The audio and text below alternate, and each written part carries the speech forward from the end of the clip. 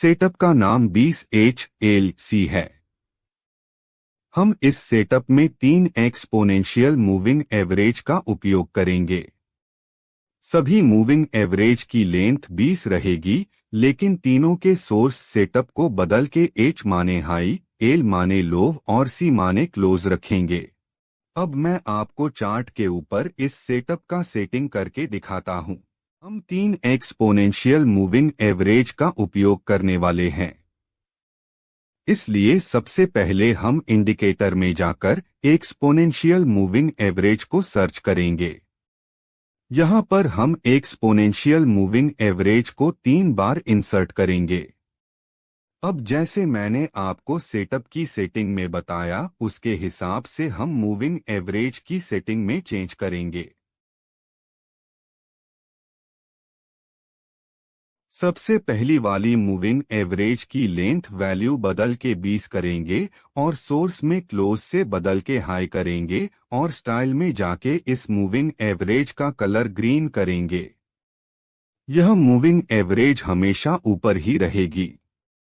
सबसे दूसरी वाली मूविंग एवरेज की लेंथ वैल्यू भी बदल के 20 करेंगे और सोर्स में क्लोज से बदल के लो करेंगे और स्टाइल में जाके इस मूविंग एवरेज का कलर रेड करेंगे। यह मूविंग एवरेज हमेशा सबसे नीचे ही रहेगी। सबसे तीसरी वाली मूविंग एवरेज की लेंथ वैल्यू भी बदल के 20 करेंगे और सोर्स में क्लोज है तो उसमें कोई बदलाव नहीं करेंगे और स्टाइल में जाके इस मूविंग एवरेज का कलर ब्लू करेंगे। यह मूविंग एवरेज हमेशा दोनों मूविंग एवरेज के बीच में ही रहेगी। स्क्रीन पर आप देख सकते हैं कि हमारा सेटअप हो गया है। अभी जो मैंने आपको सेटअप बताया वो ट्रेंड फॉलोइंग सेटअप है। आपको यह सेटअप समझाने के लिए यहाँ पर मैंने प्राइस को हाइड कर दिया है।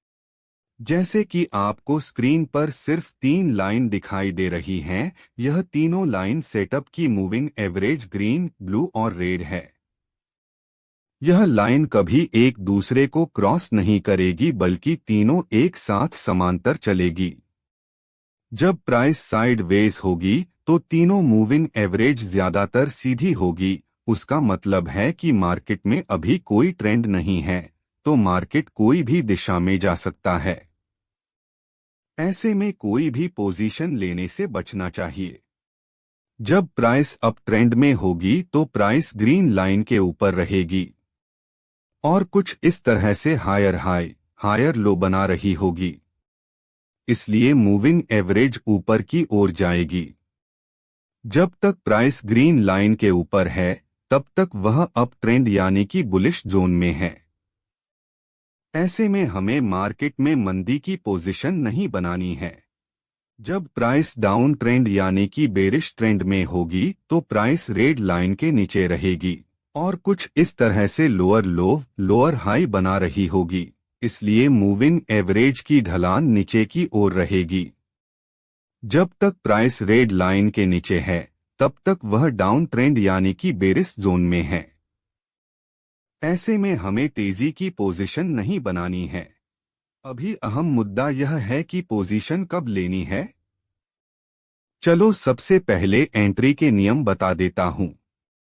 पोजीशन तभी लेंगे जब ट्रेंड चेंज होगा, यानी कि बुलिश ट्रेंड चल रहा हो और ट्रेंड चेंज होके बेरिश ट्रेंड शुरू हो, या फिर उसके विपरीत बेरिश ट्रेंड चल रहा हो और उसमें से बुलिश ट्रेंड शुरू हो, या फिर मार्केट साइडवेज में हो और उसमें से बुलिश या बेरिश ट्रेंड शुरू हो रहा हो, तभी पोजीशन बनाएंगे। जब भी ट्रेंड चेंज होगा तब हमें प्राइस में अलर्ट कैंडल मिलेगी। उसके बाद मिनिमम 2 से 3 कैंडल का कंसोलिडेशन चाहिए।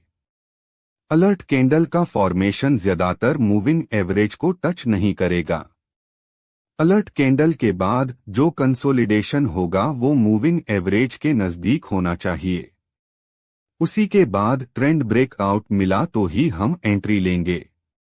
अब मैं आपको बुलिश एंट्री बता रहा हूं, उसके विपरीत बेरिश एंट्री ले सकते हैं। यहां पर देख सकते हैं कि तीनों मूविंग एवरेज सीधी है, यानी कि मार्केट साइडवेज में है।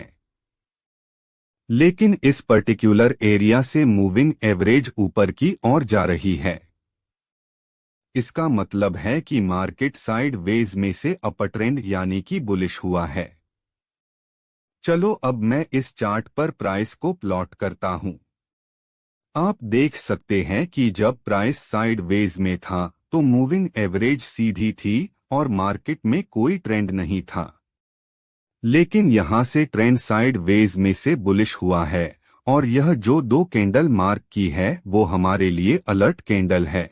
ज्यादा से ज्यादा 3 कैंडल को अलर्ट कैंडल के लिए वैलिड रख सकते हैं। उससे ज्यादा कैंडल बन जाए तो उस समय ट्रेड लेने से दूर रहेंगे। अलर्ट कैंडल के बाद मिनिमम 2 से 3 कैंडल का कंसोलिडेशन चाहिए जो हमें यहां पर मिल रहा है।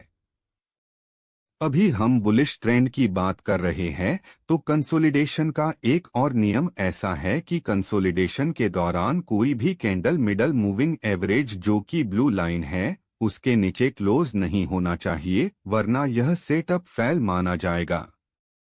लेकिन यहां पर कंसोलिडेशन का कोई भी कैंडल ब्लू लाइन के नीचे क्लोज नहीं हुआ तो यह सेटअप वैलिड है।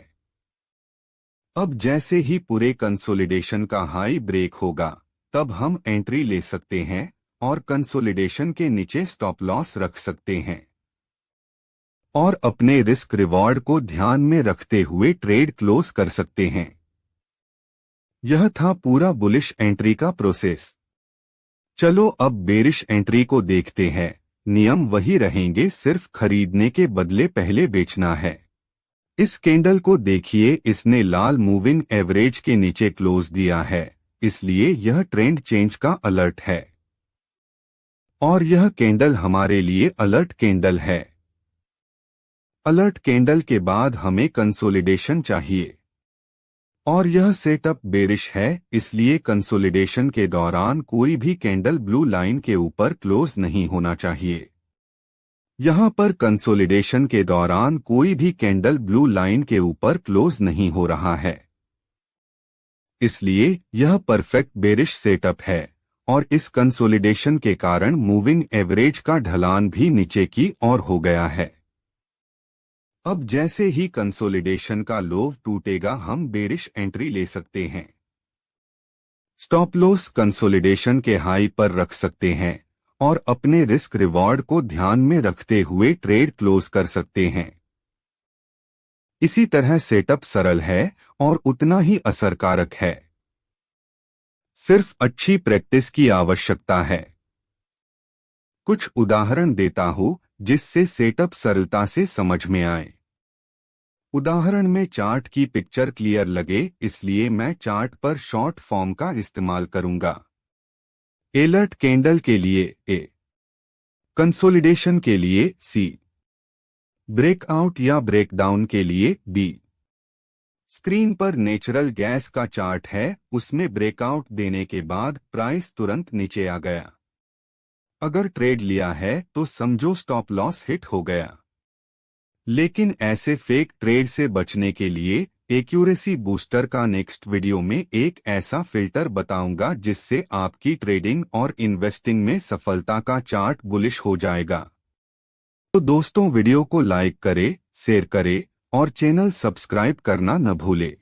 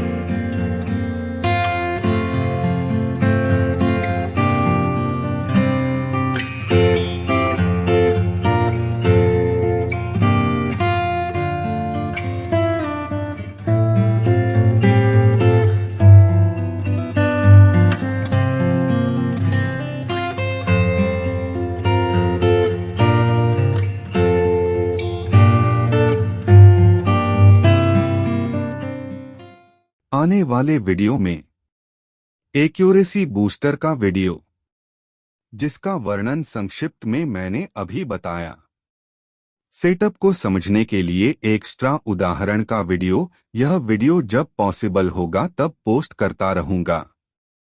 वॉचलिस्ट में रखने लायक शेयर्स एनालिसिस का वीडियो, यह वीडियो भी जब पॉसिबल होगा तब पोस्ट करता रहूंगा। उसके बाद इंट्राडे और स्विंग ट्रेडिंग के लिए ट्रेलिंग स्टॉप लॉस का वीडियो। सेटअप में अगर और कुछ नया अपग्रेड करने लायक होगा तो उसका वीडियो। दोस्तों, बने रहे हमारे साथ। धन्यवाद।